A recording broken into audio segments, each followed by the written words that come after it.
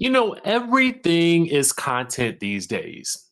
Everything is content. And when I sat down to do this video, I said, I had it in mind to talk about, of course, Salt Lake City, which we'll talk about that in a separate video. Because I did watch the episode. I did think it was a good episode. We'll talk about it later, like I said. But I was sitting here and I was pontificating and I was asking myself if we talked about Safaree and Erica the other day. Was it yesterday? It might have been yesterday. I cannot remember. So much happens and it happens so fast, right? And this news came out about their him allegedly begging to, let me put the alleged badge up here, to have the child support reduced because of a significant loss of income that was due to the direct actions of Erica Mena, right? So we talked a little bit about that, and then we got into the episode of Love and Hip Hop because they're Love and Hip Hop adjacent. Safaree is now on House of Villains, so again, content is king.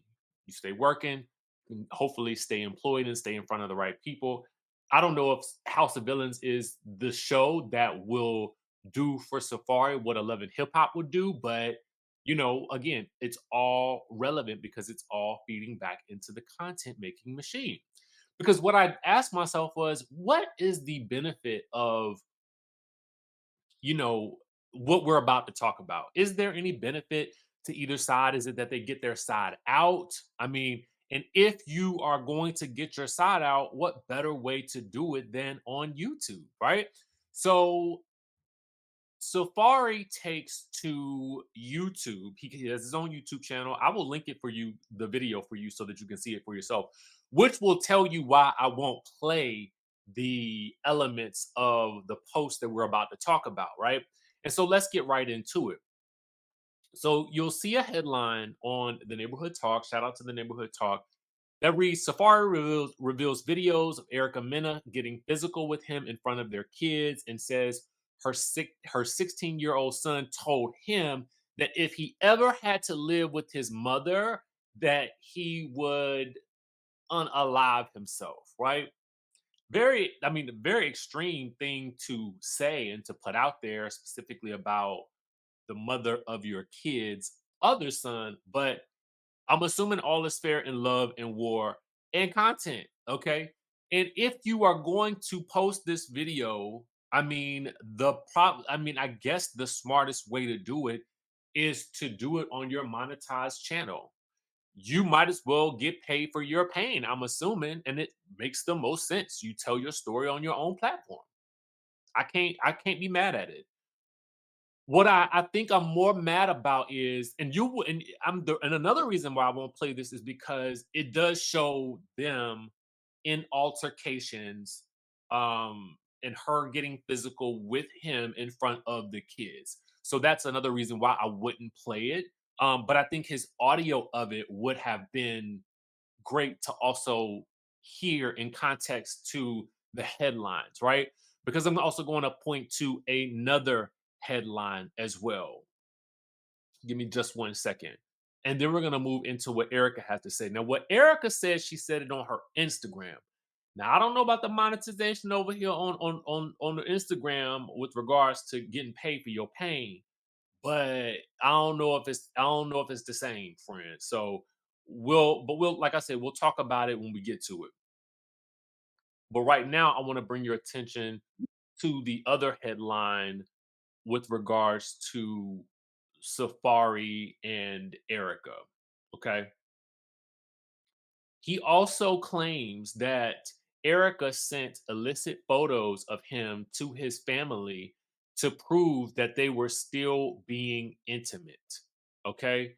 Um, he says you taking naked pictures and sending it to my mother and sister to do what and prove what. The naked pictures were allegedly of him, okay? And she allegedly sent those pictures to him. Now, to continue with the story, because of course it does not stop there. She then replies, okay, and she says a couple of things, right? And I will bring them up really quickly before we get into the video of her. And I'm going to give you guys my thoughts on this. Don't worry. That's coming because I'm going to try to save them a whole lot of therapy. She posted this. Posting videos that transpired in 2023, but yet in May 2024, you were begging for me back. If it was so traumatic for you, why were you in my ring camera in May, the 4th through the 7th, begging for me to let you in and to take you back? Make it make sense. She says, explain why I was so enraged because how you violated my body. I wanted answers. You have been gaslighting, violating me, and leaving for dead on so much when it comes to the kids. All your receipts are from 2023. Mine's are for 2024. Do you really want me to post you begging for me back just this past May on your knees in front of our kids? Now, this is clearly in response to what he is saying about her and the videos that he posted of her scaling the walls. Yeah. Not to take it back to Quad, talking about people scaling the walls, but because that was a serious scenario. But you do see in the video that he posed what appears to be Erica Mena scaling his fence, scaling the walls, right? And so I think she's going to address that in this post right here. And again, you can view the neighborhood talk to get all of this, but it was just the fastest way for me to show you guys the story timeline. So she shares that alleged text message from Safaree amid him claiming that she sent illicit pics of him to his mother. She says that the text was sent by him right before I texted your mother. So this is what he allegedly sent. Not gonna lie, whenever I die, I want it to be with you. I don't want to live without you. So she says this was the text. This text was sent by him on May of 2024. Right before I texted your mother the truth of how you were begging to get back with me since you like lying to your family and friends on your true feelings when it comes to me. And I'm not showing the rest of the text messages because of all the insane, freaky things you were saying. Okay. So, as the tale and the plot thickens, we get to a longer thread here that she goes into. And she says, Erica says that Safaree violated her body by putting her health in jeopardy. She says this all happened in 2023.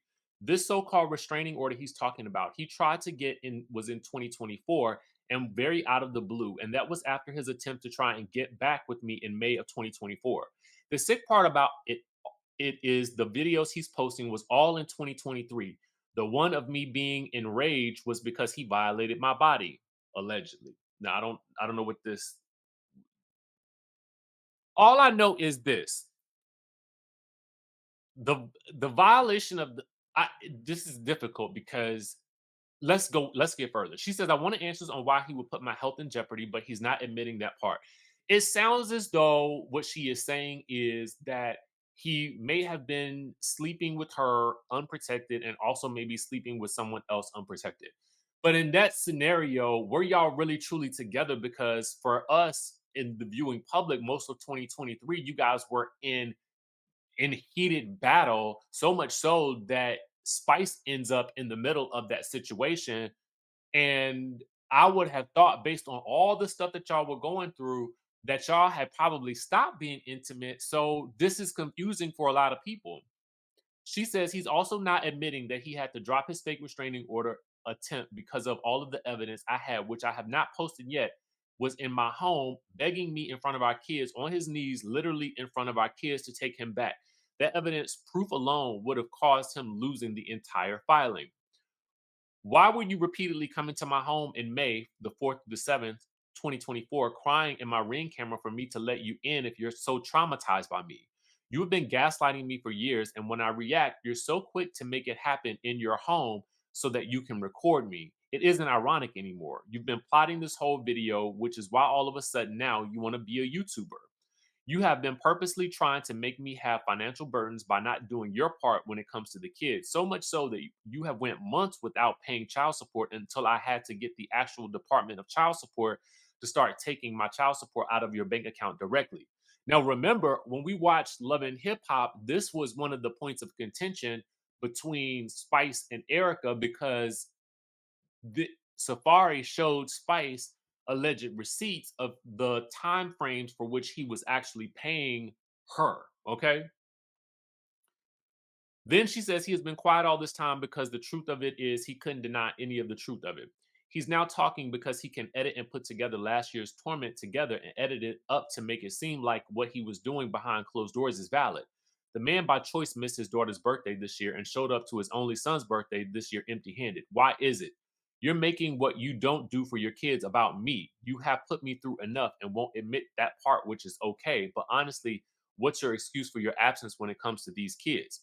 You had them in July, picked them up on Friday the 4th, but put them right into a summer camp. Mind you, you had only had them until that following Tuesday, which means those days you actually had with your kids, you weren't even trying to spend quality time with them. You literally put them in a camp that I was never informed of just so you can go about your life. All of a sudden, he's a YouTuber and wants to be honest with the world.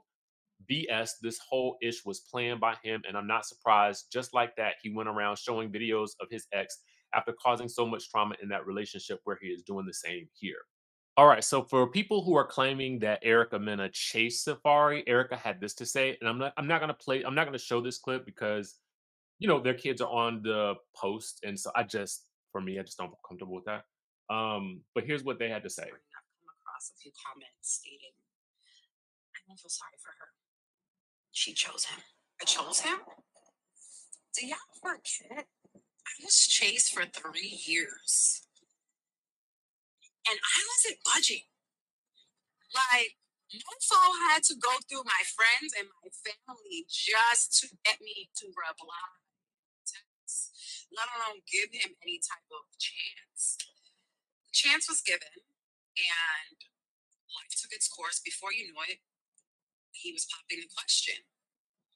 And because this person went so hard, it was like hard not to believe. So I absolutely have to speak on this whole you gave him a second baby thing. To me having Sapphire, but we were still married and we were still going through that roller coaster of trying to fix our marriage. So with that process comes makeup sex a lot.